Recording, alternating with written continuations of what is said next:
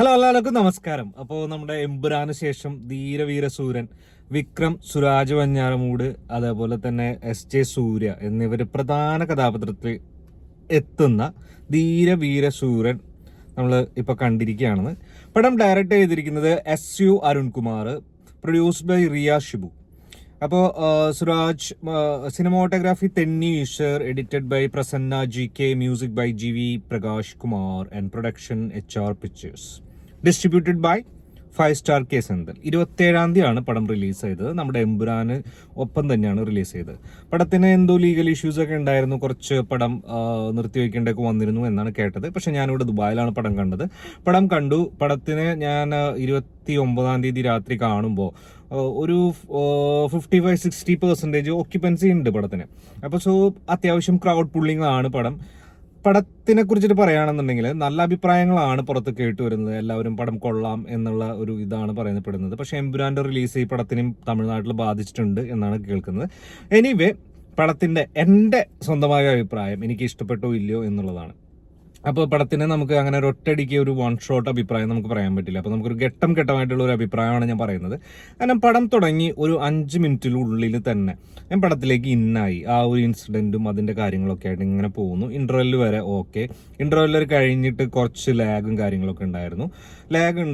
ആ ലാഗിൽ നമുക്കിത് എന്താടാ ഇങ്ങനെ എന്നുള്ളൊരു തോട്ട് നമ്മുടെ അടുത്ത് വരും. പിന്നെ ഒരു ക്ലൈമാക്സിലേക്ക് ചെല്ലുമ്പോൾ ഓക്കെ ഫൈൻ എന്നുള്ള ഒരു രീതിയിലാണ് പടം കൊണ്ടുവച്ചിരുന്നത്. പിന്നെ ഈ പടത്തിൽ എനിക്ക് സ്പോയിലർ അലർട്ട് ആവുമോ എന്നുള്ളതൊന്നും എനിക്കറിയില്ല. പക്ഷെ അതിൽ ഞാൻ പറയുകയാണ് കുറച്ച് കാര്യങ്ങളൊക്കെ. ഈ പടം ഒരു രാത്രി നടക്കുന്ന ഒരു സംഭവത്തിനെ ബേസ് ചെയ്തിട്ടാണ്. അപ്പോൾ അതിനകത്ത് ഉണ്ടാകുന്ന ഇൻസിഡൻസിൽ കുറേ ഫ്ലാഷ് കട്ട്സ് പോയിട്ട് കുറച്ച് പുറകിലുള്ള കാര്യങ്ങളൊക്കെ കാണിക്കുന്നുണ്ട്. ഒരു ഓൾമോസ്റ്റ് 60% ഓഫ് ദ മൂവി നൈറ്റാണ് നടക്കുന്നത്.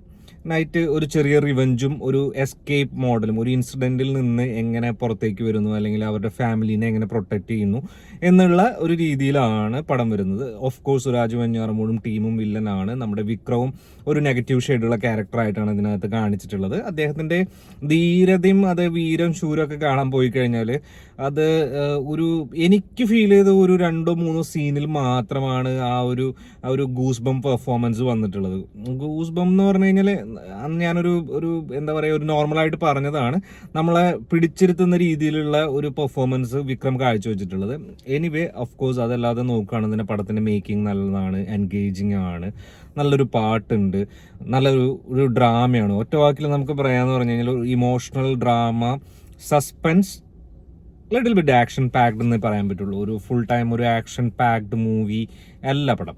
അപ്പോൾ അതുകൊണ്ട് തന്നെ ഇത് ഫുൾ ആക്ഷൻ ആണെന്ന് ആരും പ്രതീക്ഷിച്ച് പോകരുത്. ഫുൾ പടം ആക്ഷൻ അല്ല, ഒരു ആക്ഷൻ മോഡാണെന്നുണ്ടെങ്കിലും ആക്റ്റീവായിട്ടുള്ള സ്ക്രീനിലുള്ള ആക്ഷൻസ് വളരെ കുറവാണ്. എസ്പെഷ്യലി വിക്രം ഇൻവോൾവ് ആയിട്ടുള്ള ഒരു മൂവ്സ്, അതായത് ഒരു ആക്ഷൻസ് നമുക്കൊരു 3-4 സീനിലേക്ക് കാണാൻ കഴിയുള്ളൂ.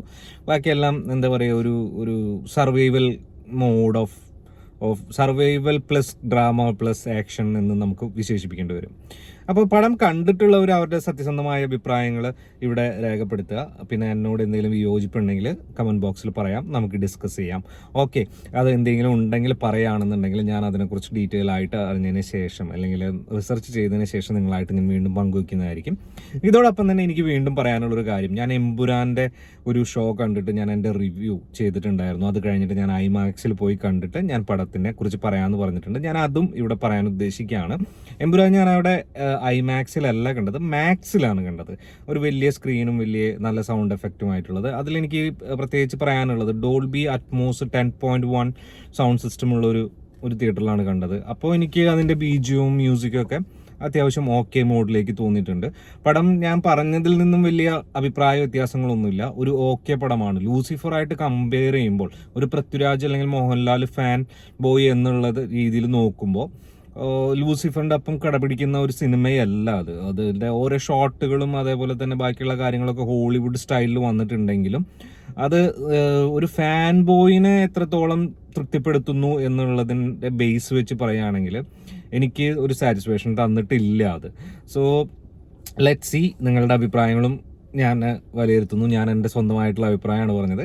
അപ്പോൾ അടുത്തൊരു വീഡിയോ ആയിട്ട് വരുന്നവരേക്കും വണക്കം.